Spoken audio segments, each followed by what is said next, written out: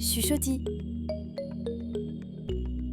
Chaque histoire est un voyage magique. C'est moi, Chuchotis, ta petite renarde magique préférée. Aujourd'hui, j'ai une surprise pour toi. Oui, je vais t'emmener en voyage dans 3 jolies histoires de princesses. Il y a celle qui dort d'un sommeil ensorcelé, celle qui invente une drôle d'épreuve avec une rose bleue et celle qui perd sa pantoufle de verre au bal.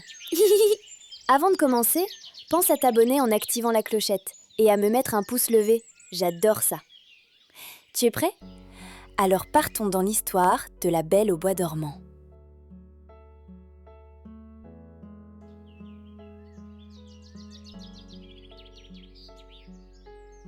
Il était une fois un magnifique château connu de partout. C'est ici que vivaient un roi et une reine. Seulement, ils étaient tristes. Et oui, car ils rêvaient depuis longtemps d'avoir un enfant. Et un jour, hop, leur vœu fut exaucé. Une jolie petite fille arriva, la princesse Rose. Tout le royaume fut invité pour fêter sa naissance. Les coccinelles avaient revêtu leur plus beau pois pour l'occasion. Les rossignols chantaient de bonheur.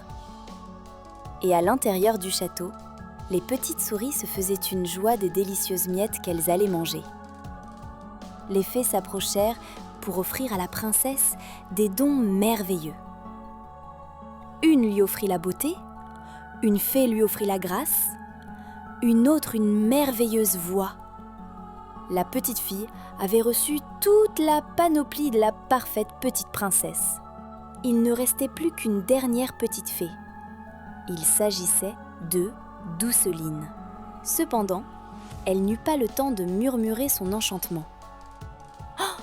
Car elle fut interrompue par l'arrivée inattendue et fracassante de la fée Ténébra, une fée qui n'avait pas été invitée. Et elle en était d'ailleurs très énervée. Ténébra s'approcha et décida de lui offrir un cadeau à son tour.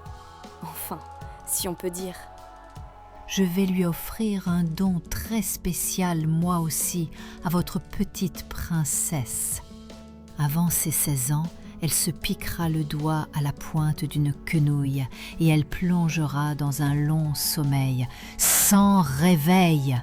Le royaume entier tombera dans l'oubli, pris au piège dans des ronces épaisses, comme un coffre verrouillé dont on a perdu la clé.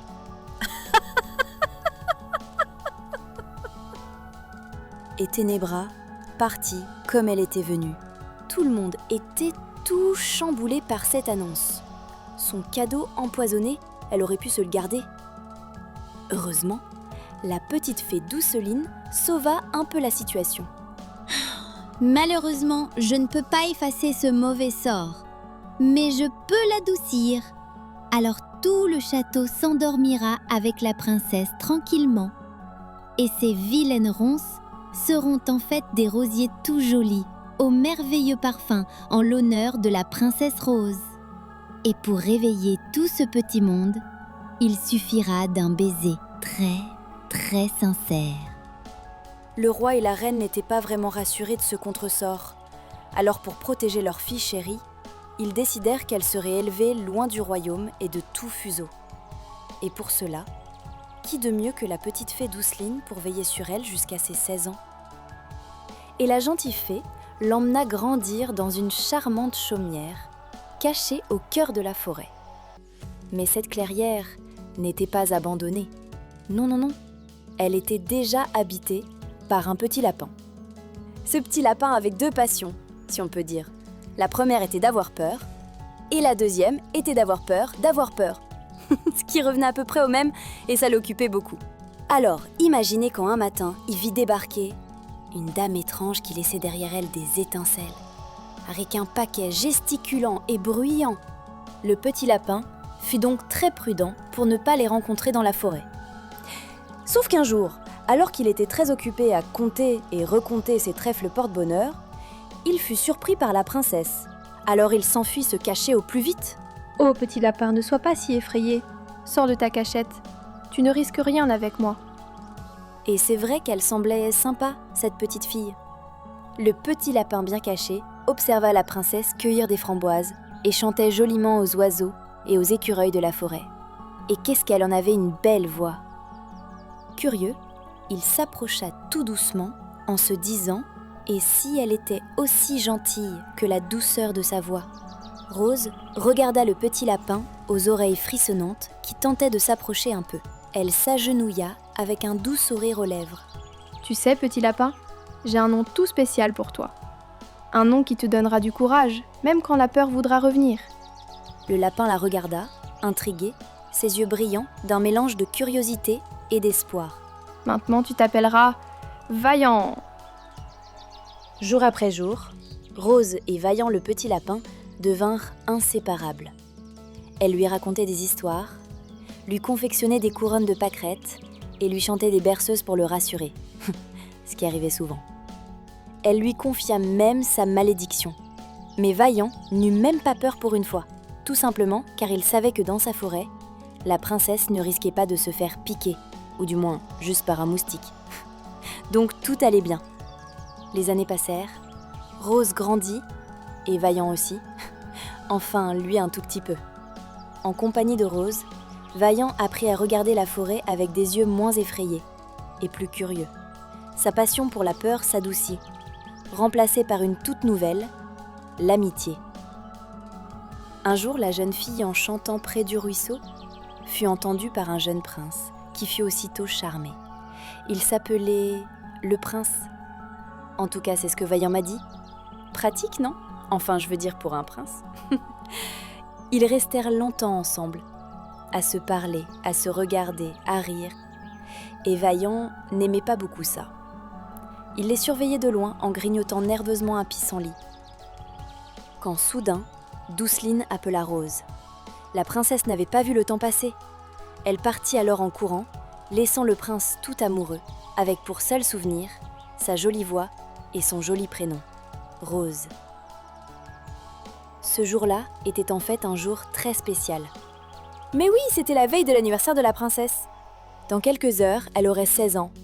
Et adieu la malédiction de Ténébras. Douceline était ravie. Il était temps de rentrer au château. Vaillant grimpa dans son petit baluchon et suivit sa Rose vers le château. Avec elle, il savait qu'il ne risquait rien. Pendant que tout le monde était occupé à préparer la fête, la princesse fut attirée par quelque chose. Vaillant ne savait pas trop par quoi, mais il l'a vue avancer comme hypnotisée. Le petit lapin surpris bondit alors pour la suivre.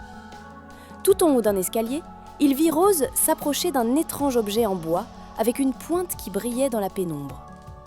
C'est vrai que c'était très joli, mais bon... Oh non! Rose continuait d'avancer. Vaillant comprit ce qui se passait. Il tira de toutes ses forces sur sa robe, se plaça devant elle pour faire barrage, mais elle ne l'écoutait pas. Et... pic! Et là, la princesse tomba dans un profond sommeil. Vaillant paniqua. Il sortit chercher de l'aide dans le couloir, mais les gardes dormaient. Évidemment. Il tapa de la patte fortement, ça le calma un peu, puis il se dit « Puisque tout le monde dort, je dois le faire. Je ne m'appelle pas Vaillant pour rien. Je vais chercher le prince. » Il courut à toute vitesse, se glissa entre les rosiers, pratique pour un petit lapin. Il cueillit même une rose en passant, car elle sentait vraiment trop bon. Il bouscula un blaireau, qui râla, alors qu'il ameutait tous les animaux de la forêt pour retrouver le prince au plus vite. Et les animaux voulaient tous l'aider, car il aimait bien aussi la princesse. Le comble fut qu'il trouva le prince au bord du même ruisseau que l'après-midi. Il n'avait pratiquement pas bougé. Il était pensif et un peu triste. Ce n'était pas le moment de se lamenter là, il y avait urgence. Vaillant sauta sur lui, tira sa cape, fit la grimace, mais le prince ne comprenait rien, si ce n'est qu'il se faisait attaquer par un lapin vraisemblablement enragé.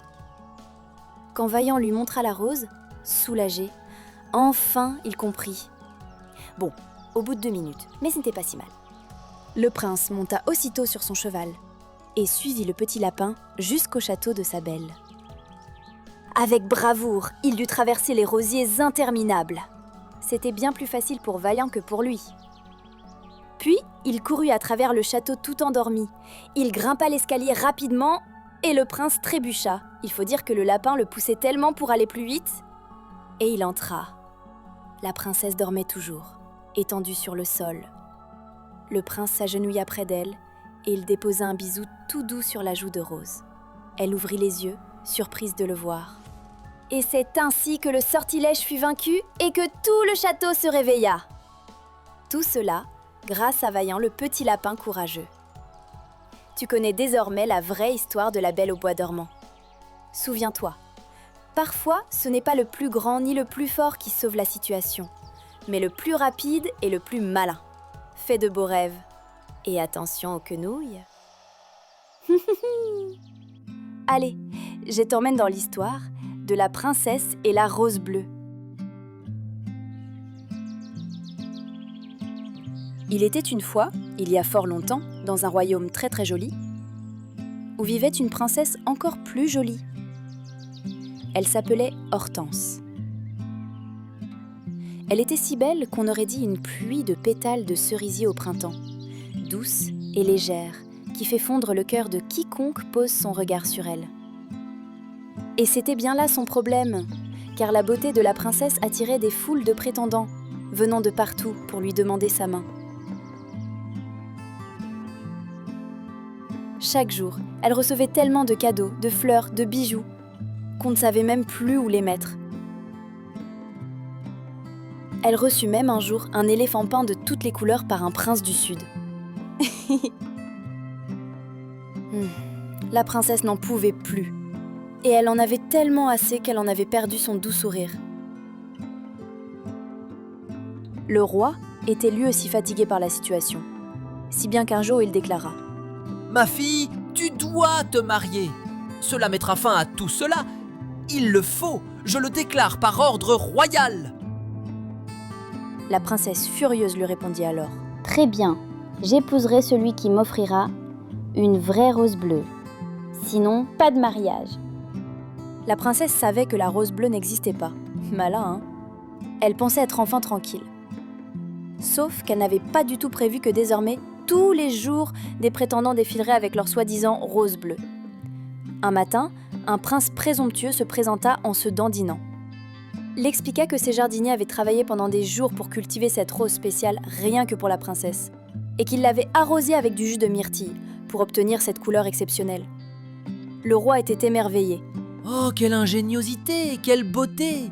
Regarde, ma chérie, elle semble vibrer. » La princesse, elle, n'était pas née de la dernière rosée. Père, vous avez tout à fait raison. Elle vibre, car la peinture dégouline encore. Un autre très présomptueux s'avança et se vanta fièrement d'apporter à la princesse la rose bleue unique, celle qu'il avait cueillie au péril de sa vie en gravissant les montagnes sacrées. Et que c'est pour cela qu'elle était très, très, très fragile. Le roi, interloqué, s'exclama admiratif. « Oh, quel exploit! Il l'a enfin trouvé. » La princesse, lasse, interpella le prince. « Cher prince, ne vous donnez pas tant de peine. Elle est en effet très fragile, car je vois qu'il s'agit d'une rose en cristal. » Un autre encore fanfaronna devant eux, qu'il venait justement d'un pays très lointain où elle pousse naturellement.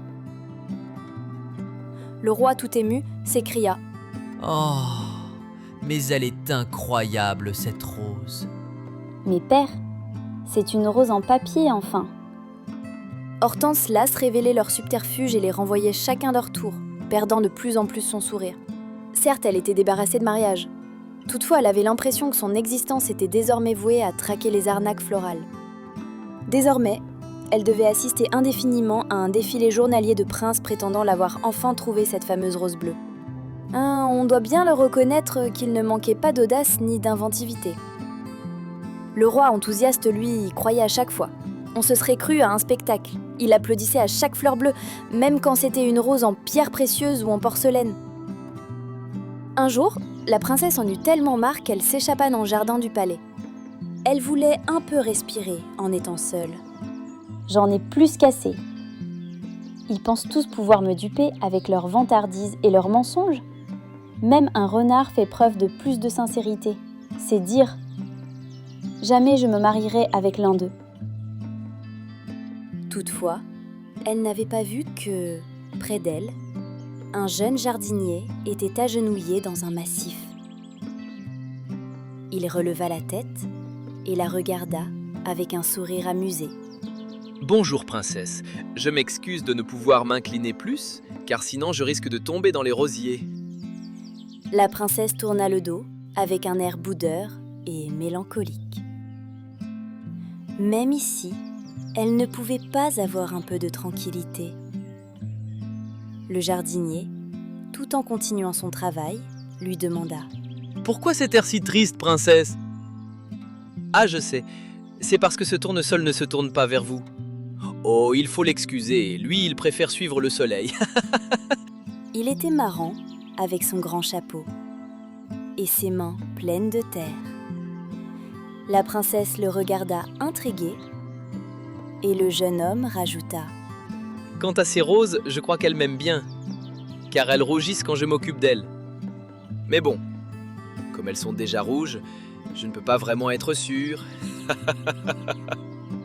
Et c'est là que la princesse se mit à sourire. Cela faisait bien longtemps. Bon, je dois vous laisser. Maintenant, je vais aller arroser mes pensées.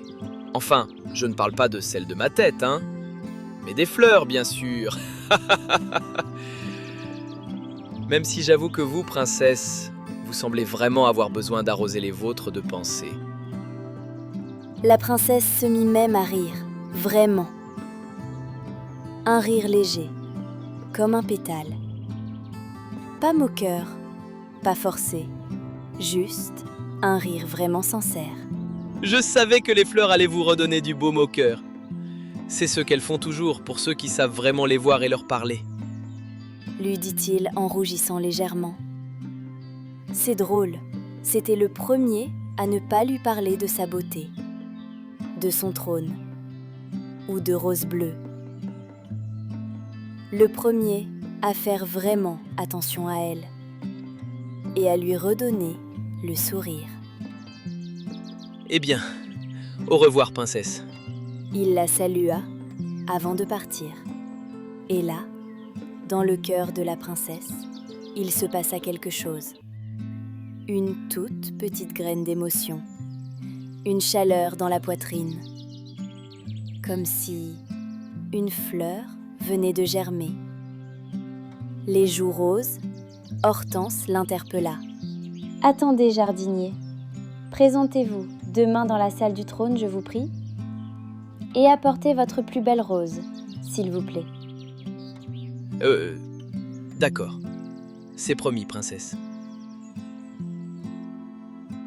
Le lendemain, pour la première fois, la princesse était la première installée. Elle était vraiment impatiente, ne pouvant s'empêcher de jeter des regards vers la porte. Allait-il venir ? Quand soudain, il entra. Et le pauvre, il était impressionné. Lui, il n'était pas du tout habitué à être dans un château. Le jardinier s'approcha, les mains un peu tremblantes. Il tenait avec soin une jolie rose. Sauf qu'elle était blanche. Et dans un silence plein d'attente, toute la salle retenait son souffle. Le jeune homme prit la parole, encouragé par le doux regard et le sourire éclatant de la princesse. Je vous présente la plus belle rose de mon jardin. Pour certains, elle est juste une rose magnifique et semblable à tant d'autres. Mais à mes yeux, elle est bien plus précieuse que cela. Au-delà de sa beauté vraie et pure, si on prend le temps de prendre soin d'elle et de la regarder vraiment, on découvre des reflets délicats qu'on ne voit nulle part ailleurs. C'est ce qui fait qu'elle est la seule et la plus belle pour moi. Il s'était exprimé en regardant avec intensité la princesse, comme si ses paroles s'adressaient à elle. Pour une fois, le roi était un peu sceptique. Il fronça les sourcils déçus. « Mais enfin, je ne vois qu'une rose blanche, mon garçon. » Mais Hortense s'écria avec enthousiasme. « Regardez mieux, père, regardez. C'est elle, la vraie rose bleue. Oh, regardez comme elle est unique, cette rose. Sous la lumière, Elle révèle un bleu si doux, si tendre, qu'on dirait le ciel dans un nuage. » Le roi, tout étonné, écarquillait les yeux. Et à bien y regarder, il vit lui aussi cette teinte mystérieuse dont parlaient la princesse et le jardinier. Bon, il fallait un peu plisser les yeux. Mais c'est vrai qu'elle était un peu blanche-bleue, cette rose. À moins qu'elle soit plutôt bleu-blanc. Du moins, c'est ce qu'il se dit. Le roi, les yeux pétillants, se leva d'un bond, applaudissant avec joie.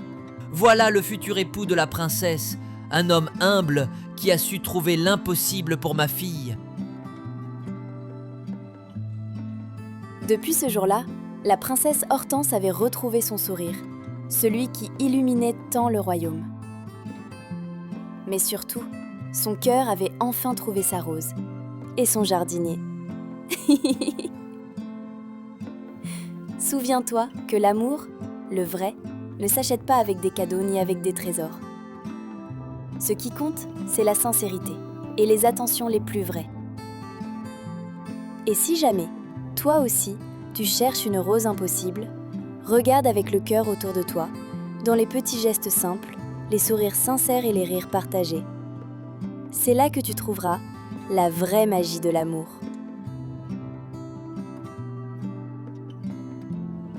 Je t'emmène dans le conte de Cendrillon.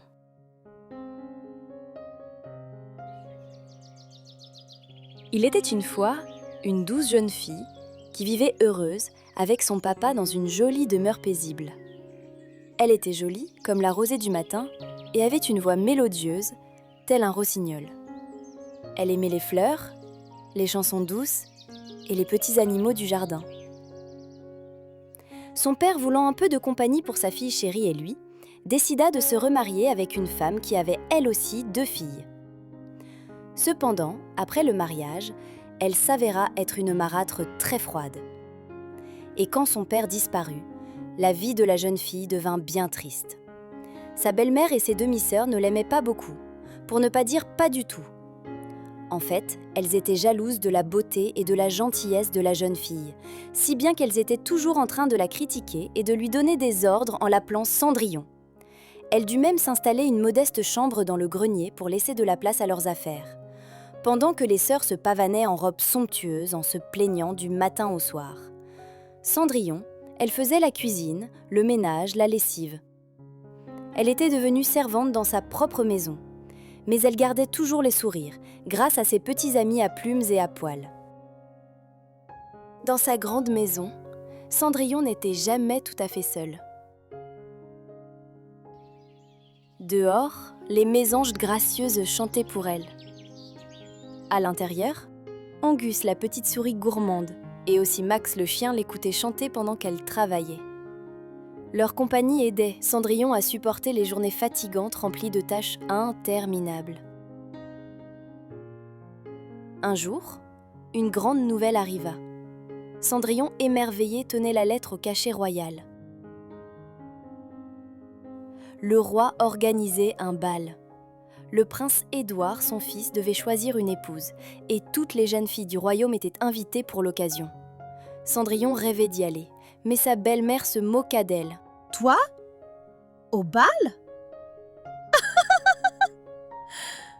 Dans ta robe toute déchirée ? Quelle idée ! Voyons, tu serais ridicule, Cendrillon !» Le pire, c'est qu'elle dut aider les 2 sœurs à se préparer, à coiffer leurs cheveux, à faire briller leurs chaussures. Et quand leur carrosse arriva les chercher pour les emmener au château, Cendrillon resta seule. Seule et triste. C'est alors qu'un petit sentiment magique arriva jusqu'à elle, et qu'apparut une fée toute pétillante, avec une baguette qui brillait comme une pluie d'étoiles. « Allons, allons, sèche tes larmes, ma douce enfant, ta marraine, la bonne fée, est là. » C'était la marraine de Cendrillon qui était venue l'aider. Elle regardait autour d'elle, comme si elle cherchait quelque chose, sous le regard amusé de Cendrillon. « Alors, il me faudrait… » C'est alors qu'elle aperçut une citrouille et Angus qui passaient par là. « Oui, voilà ce qu'il me faut. » Hop, elle les transforma en un somptueux carrosse et la souris était devenue un cheval. Quant à Max le chien, il fut changé en cocher. Et pour Cendrillon, elle ne pouvait quand même pas y aller en haillons. Hop, la voilà métamorphosée à son tour. La jeune fille était devenue méconnaissable dans sa robe magnifique, toute scintillante. Elle portait même des chaussures de verre si jolies qu'on aurait dit des éclats de lune. Mais avant de la laisser partir, sa marraine lui rappela « Va t'amuser, ma chérie, et n'oublie pas, au 12e coup de minuit, tout disparaîtra. » Au château, tout le monde fut ébloui à son arrivée. Chacun se demandait qui pouvait bien être cette jeune fille si douce, si belle. Le prince, lui, était subjugué par sa beauté et son éclat de bonté. Il ne la quittait pas des yeux. Il s'approcha d'elle et l'invita à danser. Et ils dansèrent et rirent ensemble toute la soirée.